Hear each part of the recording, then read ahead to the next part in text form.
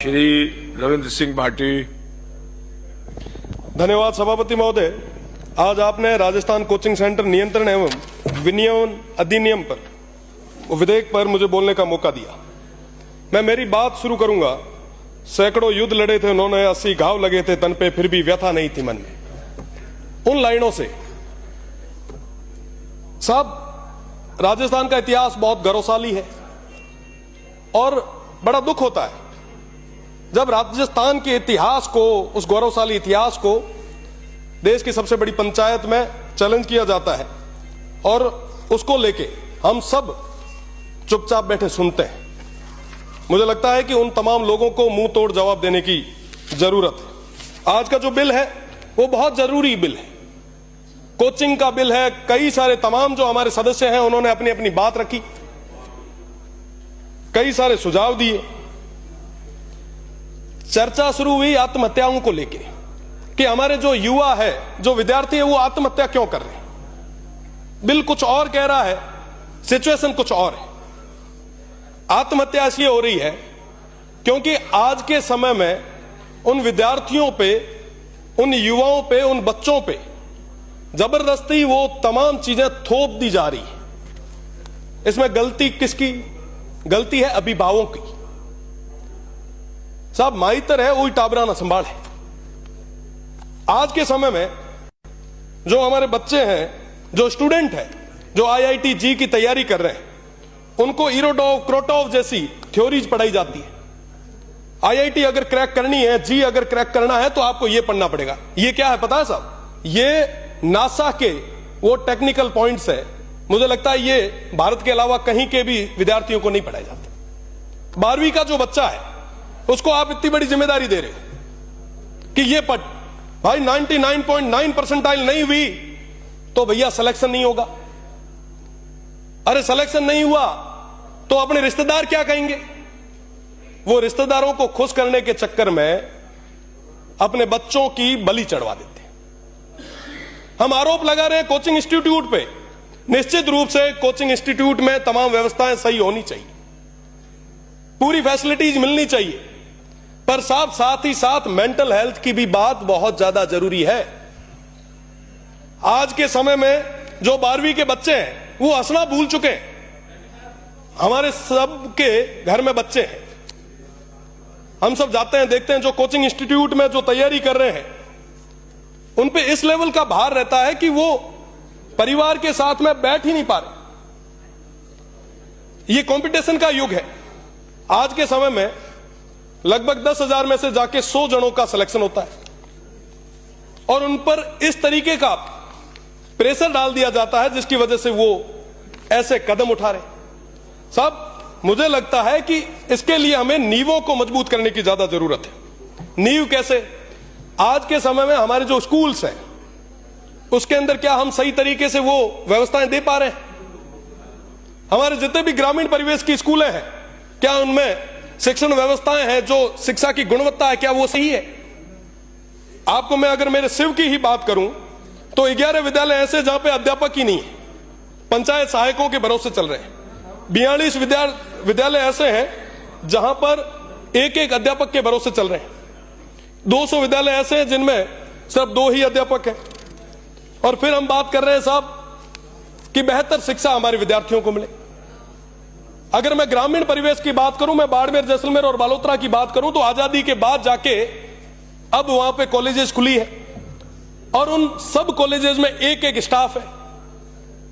फिर हम सब उम्मीद करते हैं कि साहब हमारे बच्चे जो है वो IIT में जाए, UPSC में जाए, बड़े पद पे जाए। फिर उनको कहते हैं कि साहब हम कैसे भी करके आप सेलेक्ट हो। सब उन बच्चों की नींवों को ही हमने कमजोर कर दिया है। अगर वाकई चाहते हैं कि साहब बेहतर हमें परिणाम मिले तो उनकी नींवों को मजबूत करने की जरूरत है। कोचिंग इंस्टीट्यूट की बात चल रही है। कई सारे हमारे जो माननीय सदस्य थे उन्होंने कहा कि साहब कोचिंग इंस्टीट्यूट जो है उन पे ये कर दो, वो कर दो। आप करें, आप नियंत्रण रखें, नियंत्रण बहुत ज्यादा जरूरी है। साथ ही साथ जो आम विद्यार्थी है उसकी फीस को लेके, कोचिंग इंस्टीट्यूट की फीस को लेके चर्चा बहुत ज्यादा जरूरी है और एक लिमिट बहुत ज्यादा जरूरी है। पर साहब, अगर आपने राजस्थान की कोचिंग इंस्टीट्यूट्स को बंद कर दिया तो ये सारे बच्चे वहां राजेंद्र नगर, मुखर्जी नगर जाके धक्के खाएंगे। वहां के हालात जाके देखो आप साहब, 4x4 मीना पग ही लांबा को नहीं, इतनी जगह रही है, और वहां पे हमारे जाके बच्चे परेशान होंगे।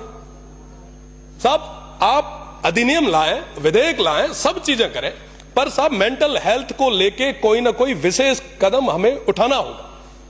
बच्चों को इस तरीके से प्रेशर जो ये कर रहे हैं, ये प्रेशर कहीं ना कहीं कम होने की ज्यादा जरूरत है। और सबसे बड़ी चीज तो मैं हाथ जोड़े थोरो करूंगा तमाम रिश्तेदाराना, जो कहीं ना कहीं बच्चे पे एक तरीके से प्रेशर होता है कि साहब रिश्तेदार क्या कहेंगे, वो क्या कहेगा। तो निश्चित रूप से काउंसलिंग की बहुत ज्यादा जरूरत है। साथ ही साथ हमारे यहां के कंपटीशन की बात करें, लगभग 50 लाख बच्चे हर साल तैयारी करते हैं, 1 लाख से 1.5 लाख के आसपास की नौकरियां आती है। बाकी सारे विद्यार्थी जो है वो कहीं ना कहीं डिप्रेस्ड होते हैं। अगर मैं मेरी ही बात करूं, मैं साइंस में 12th करके आया, बायो में 78% थे, डॉक्टर साहब वगैरह सब विराजे हैं। मुझे भी किसी ने सलाह दी, परिवार को भी कहा कि साहब डॉक्टरी करवा दो। उस समय प्री मेडिकल टेस्ट हुआ करता था, इंटरेस्ट नहीं था, किसी और क्षेत्र में चले गए, वकालत कर ली। तो निश्चित रूप से कहीं ना कहीं जो आसपास की एक लॉबी है वो उस विद्यार्थी को यह भी नहीं पूछते कि साहब आपको जाना किस और है। तो निश्चित रूप से इसके लिए भी अपने को विचार करना पड़ेगा, और साथ ही साथ अभिभावकों से विशेष निवेदन करना पड़ेगा कि साहब बच्चों को आप वो जिस और जाना चाह रहे हैं उस और भेजो, उस पर दबाव ना डालो। इसके बारे में हमें चर्चा भी करनी पड़ेगी। आसपास हम सब लगभग 200 के 200 जो यहां पे चुन के आए हैं, अपने अपने क्षेत्र में सब अपना प्रभाव रखते हैं। निश्चित रूप से अगर वो क्षेत्र में जाके इस तरीके से कहेंगे तो उसका एक अलग ही इफेक्ट भी आएगा, हमें परिणाम भी मिलेगा। आज के समय में जो कोचिंग इंस्टीट्यूट्स में या कंपटीशन एग्जाम में जो तैयारी कर रहे हैं, उनमें हर 10वां बच्चा डिप्रेशन का शिकार है। उस डिप्रेशन को कम करने के लिए हमें कई सारी चीजों पे काम करने की जरूरत है। साथ ही साथ ये जो बिल आया है, विधेयक जो आया है, निश्चित रूप से हम अधिकारियों को बहुत ज्यादा ताकतें दे रहे हैं। अगर इस तरीके से लाल फीताशाही हावी हो गई, सब आप कह रहे हैं कि कोचिंग इंस्टीट्यूट्स के ऊपर सर्वे भी ये करेंगे, निरीक्षण भी ये करेंगे, उस कमेटी के जो अध्यक्ष होंगे वो भी कलेक्टर होंगे। मेरे से पहले नसीराबाद से आने वाले माननीय सदस्य ने कहा कि साहब कलेक्टर लगभग 30 से 40 कमेटियों के अध्यक्ष होते हैं, वो किस किस चीजों का ध्यान रखेंगे। तो निश्चित रूप से ये बहुत बड़ी चीज है और इन तमाम चीजों के बारे में हमें सोचना होगा।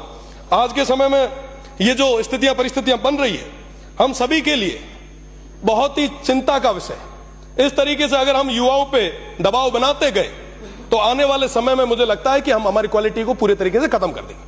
हमारे यहाँ पे IIT जी पे और तमाम कंपटीशन एग्जाम में जिस तरीके के सिलेबस है, मुझे नहीं लगता कि पूरे वर्ल्ड में ग्लोबली कहीं ऐसे सिलेबस होंगे। कहीं सिलेबस नहीं है ऐसे। आप बड़ी से बड़ी यूके देख लें, US देख लें, आप जर्मनी देख लें, न्यूजीलैंड देख लें, कहीं पे भी जाए, इस तरीके का जो मानसिक तनाव और इस तरीके के जो कोर्सेज हैं वो कहीं नहीं। आज के समय में अगर बात करें हम कोचिंग इंस्टीट्यूट्स की, तो अभी चर्चा चल ही रही थी, उसी का विधेयक है। तो मैं अगर कोचिंग इंस्टीट्यूट की बात करूं तो वो एक विकल्प है। जब उसकी नींव मजबूत नहीं होती तो उसको जबरदस्ती उस विद्यार्थी को अपने लिए आगे वाले भविष्य के लिए कंपटीशन एग्जाम के लिए जाना पड़ता है।